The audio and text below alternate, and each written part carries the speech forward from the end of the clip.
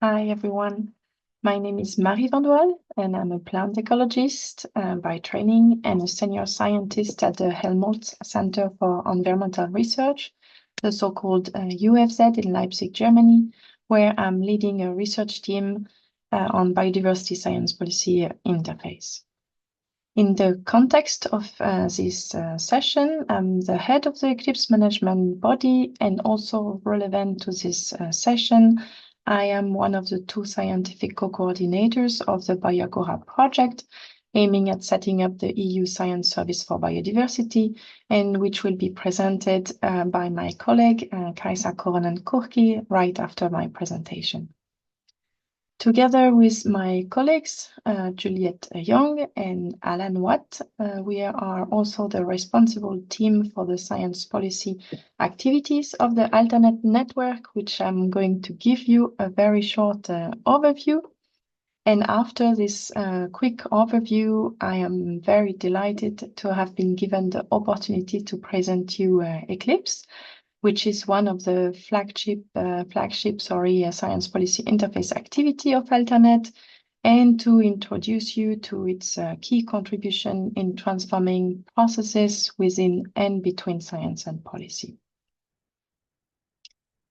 So what does it mean for Alternet today to contribute to fostering science policy interface on biodiversity and ecosystem services? Is mainly by embedding different aspects of science policy interface in all its activities.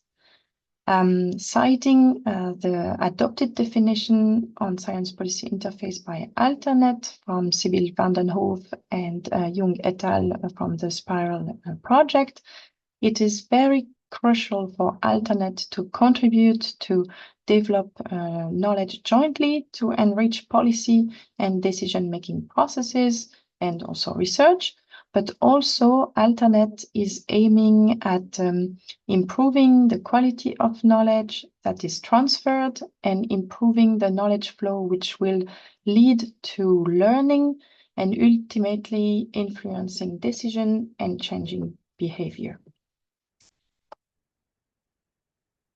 You will see this historical road several times this morning, I think. I'm calling it the visionary road leading to understand how to improve the science policy interface for biodiversity in Europe. As you can see, Alternet embarked on this road very early on, as we are this year celebrating our 20 years of continuous activities. And along this road, Alternet, through its member institutions, was involved in key initiatives, key EU projects that contributed in shaping what the science policy interface for biodiversity looks like today. And along this road, Alternet has established excellent working relations with the European Commission, especially with DG Environment and DG Research, but also other policymakers at different scales. Concretely, what is Alternet offering as science policy interface activities is very broad. For example, since 2013, Alternet is organizing every 2 years a conference. Each conference is structured around a cutting-edge issue facing biodiversity and also science policy interface. And our conference are hosted in collaboration with the European Commission, and relevant European Commission members are invited to speak and actively participating at the conference, including the design of the conference. The conference involves a broad participation and contribution from scientists, researchers, policymakers, practitioners, but also decision makers of all types. In addition to the importance of the conference as a networking and also as a capacity building event, and the importance to have the EU and other decision makers actively participating in shaping those conferences, we also produce usable outputs for policy, such as recommendation or policy briefs. A key capacity building on science policy interface is our now very famous summer school. This year we will be at our 18th edition. Philippe Roche already presented a bit the summer school this morning, so I won't say more than this year's program themes is entitled Biodiversity and Society, Science, Policy and Transformative Change. And the registration for this year is already over, but I hope that if you have not yet participated to this summer school, you will have, of course, another opportunity next year. As other science policy interface activities within Alternet, we have developed on our website a window into Europe's science policy interface landscape through our science policy interface one-stop shop. So if you search for good references to excellent research and work on and at the science policy interface, I will say this is a place to go where you can find key reports, key policy brief, or key news on science policy interface. Another key activity at the interface is the organization of a webinar. So we have by now organized, I think, 6 different webinars on the topic of science policy interface. For example, the excellent webinar, which was organized by the James Hutton Institute last year, which was about the uncomfortable science policy relationships and how much discomfort is productive for enabling change towards sustainability. All our webinars can be found on our YouTube channel and on our website. Last but not least, I would like to introduce you to the flagship activity of Alternet on science policy interface, which is the Eklipse mechanism. So what is Eklipse? So Eklipse is a knowledge brokering mechanism created in 2016, initially as a Horizon 2020, project to support governments, institutions, businesses, and NGOs to make better informed decisions when it comes to biodiversity. In a nutshell, Eklipse is a science policy interface able to answer policy-relevant questions from policymakers, but also from other societal actors on biodiversity-related issues, and we do this by synthesizing the best available knowledge using tailored knowledge synthesis methods. Eklipse is now functioning as a self-sustaining mechanism under the Alternet umbrella since 2020. And it is recognized by the European Commission as a key actor in developing the science service for biodiversity, and is therefore included as a key knowledge brokering mechanisms in the BioAgora project, which will be presented in the next presentation.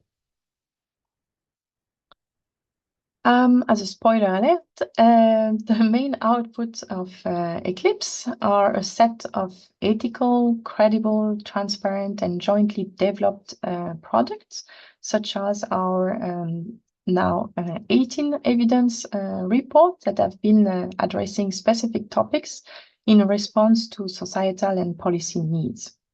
The range of our requesters is very broad, from NGOs such as BugLife or Polynice, but also to commission services and also international organizations such as the World Health Organization or IUCN.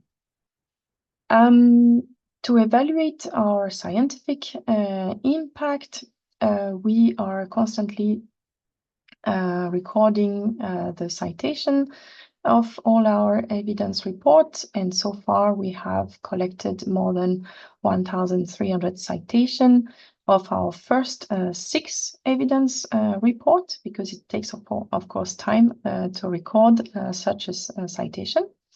And we are also evaluating the policy impact of our report. And again, on our first 6 evidence report, we have found more than 30 policy documents which are citing Eklipse report to justify a statement in those documents. So this is again our winding visionary road, just to show you how Eklipse is unique, because it represents the legacy of a long series of EU projects and EU initiatives, which led to the concretization of decades of ideas and vision on why and how to improve the science-policy interface on biodiversity in Europe. The main message is that along this road, the European Commission, the scientific community, also the interfacers have set up key actors, key policies, and key processes to keep improving the way decisions impacting biodiversity are made. And Eklipse has led also to the emergence or is influencing other projects such as the Biagora project.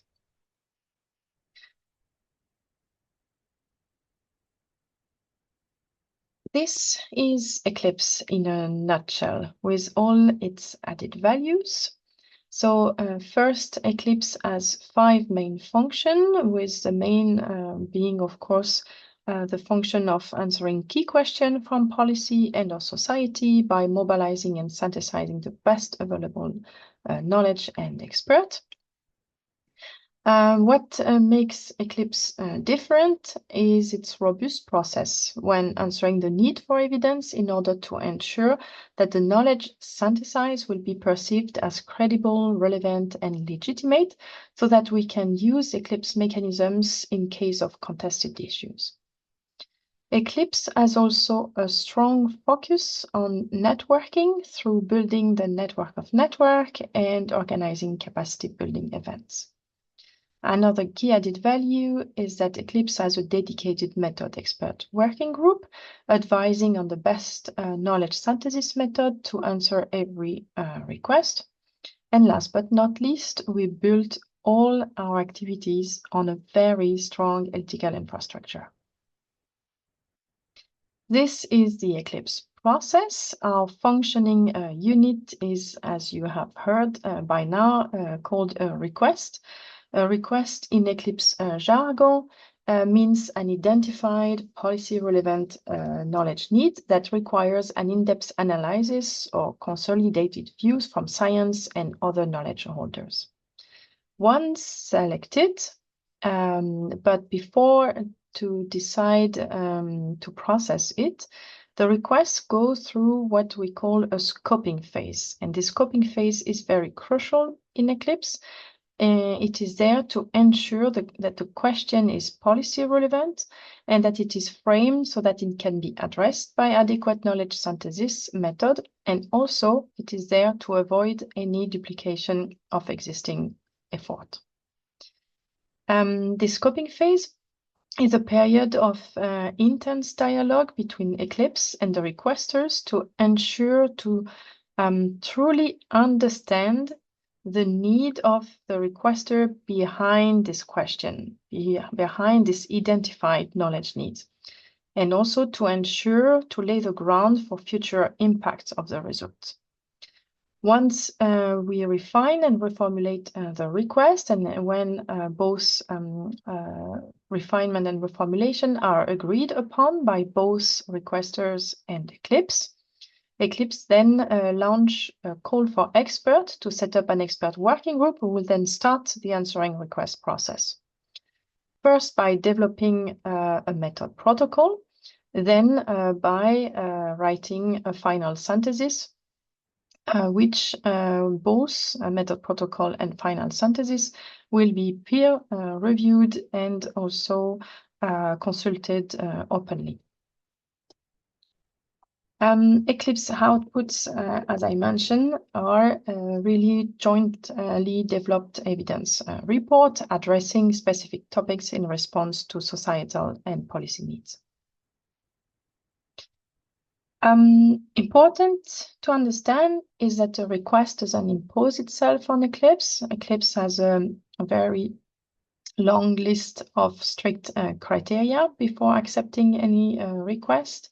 There is really a high degree of dialogue between Eclipse and the requester to really understand the need behind, as I pointed out, and to frame and reformulate the question so that we can accept the request in Eclipse.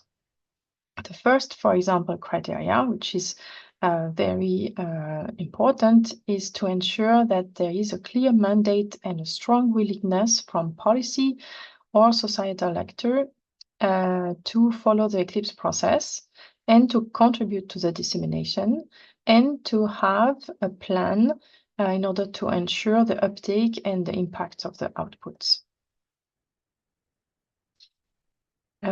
Here I would like to illustrate you with one of the added value I was mentioning before, which is about the reformulation of the request during the scoping phase. So again, before we decide whether to accept or whether to process the request, we are scoping the question. And during the scoping phase, we are having a call for knowledge open to ask the community to let us know what is known on a certain, on the request. Here to give you an example, this is a request submitted initially or originally by IUCN and the Swedish Board of Agriculture, and they wanted to understand how to improve biodiversity results of greening measures in the common agricultural policy. Through the scoping of the request and the call for knowledge, we identified that the question was actually partly answered by science. But through consultation with stakeholders, we realized that the real question to be answered was, why do member states and farmers not choose greening measures effective for biodiversity? Before the call for expert, we had still an iterative process with the requester to raise the policy relevance of this request. And we agree upon a reformulation which goes like this: understanding farmer uptake, what measures are most promising to deliver on supporting biodiversity and ecosystem services in the next round of the CAP. Another added value of Eclipse is the use of different knowledge synthesis methods. As you know, the process of knowledge synthesis is a crucial element of any science policy interface. And we understand knowledge synthesis as a set of methods used to review, collate, and communicate the best available knowledge on a specific topic or question, including explicit scientific knowledge, but also indigenous and local knowledge. This is a definition by Lynn Dix, who was chairing the first method expert group. And this first method expert group have identified and described 20 different methods to synthesize different types of knowledge needs. And Eclipse is now identifying and tailoring a set of methods for each specific request that we receive. Important as well aspect is that we realize quickly in Eclipse that in order to fully answer a request, one knowledge synthesis method is not enough to cover all aspects. So most of our process combine different methods to synthesize the knowledge. To give you a concrete example of an Eclipse process from start to end, I'm going to give you the example of our first request, which we received from DG Research, which was on nature-based solution. So as I say, we received a request in 2017 from DG Research. It was a question on how to help them building up an evidence and knowledge base on the benefits and challenges of applying nature-based solution. After the scoping phase, we refined the question in order to develop an impact evaluation framework to support planning and evaluation of nature-based solution projects. Again, here, the importance of reformulation.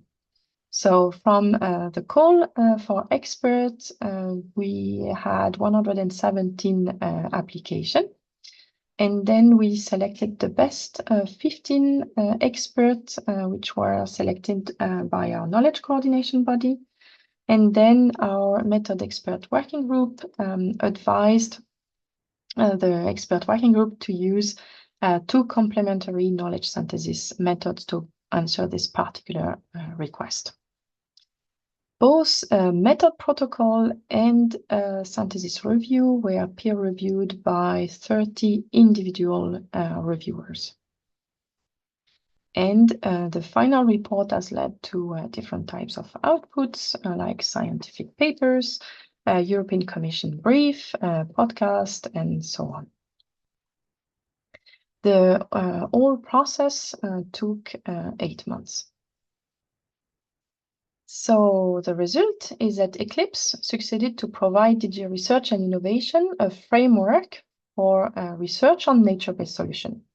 And as research projects have now applied this Eklipse framework, or now further developed it, it has become much easier to generate more comparable results and also draw conclusions across different projects in order to obtain what they initially wanted, meaning to support building and increasing evidence base.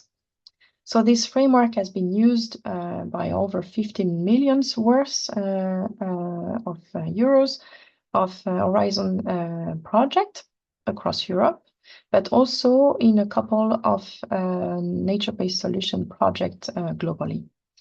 From this report, the European Commission has published a handbook for practitioners on evaluating the impact of nature-based solution, which I quote said that it was expanding upon the pioneering work of the Eklipse framework by providing a comprehensive set of indicators and methodologies.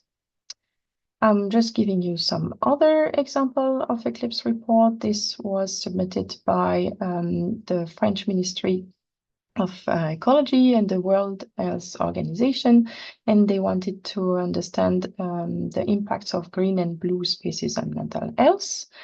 Those reports were followed by the release of a World Health Organization booklet, which was redrawing evidence from our Eklipse report. Here is a report, evidence report on the impact of macroalgae cultivation on ecosystem services, which has directly influenced the development of the EU algae initiatives in 2022. The report on the state of knowledge regarding how we can improve adherence to the mitigation hierarchy with a particular focus on the void stage, which was a request submitted by the French Biodiversity Agency, the so-called OFB in France.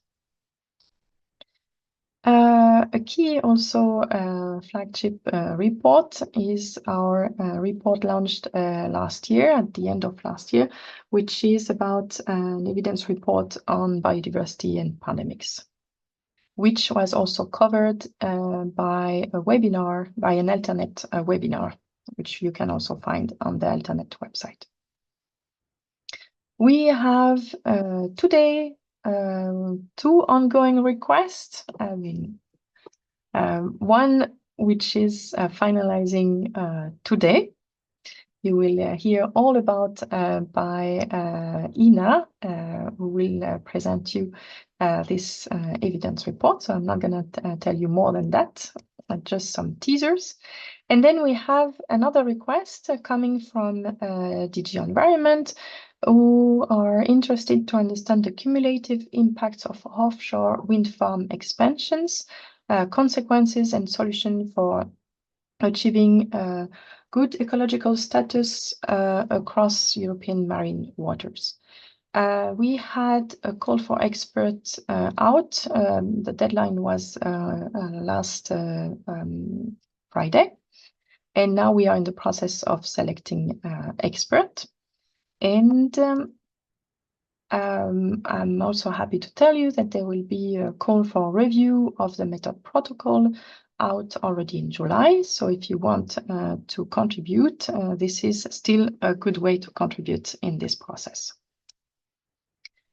Okay, my last slide, I just wanted to present you the whole Eklipse team. So this is all people who are working in kind behind Eklipse. So this is a very dedicated team.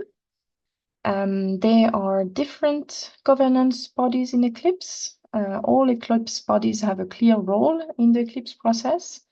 In brief, the role of the knowledge coordination body is to select the questions or the so-called request to be processed by Eklipse, and they are also ensuring that the selected requests are answered through the coordination of joint evidence processes. The knowledge coordinating body is an interdisciplinary group, and they are selected for a mandate of 3 years. Another key body is the Method Expert Working Group, who provides and shares their knowledge about the different available methods for knowledge collation, appraisal and synthesis to respond to each request. You also have the Eklipse management body, which I'm leading, and this body is handling the day-to-day work of Eklipse. We also have a strategic advisory body composed of people from the European Commission, but also from big NGOs, and they are advising Eklipse strategically. And last but not least, we have ad hoc topical expert working group. So those are the experts selected to answer every submitted request that we are accepting. And with this, I thank you very much. I'm inviting you to scroll through our website and to check for potential calls, and also, why not, listening to our podcast. And I thank you very much.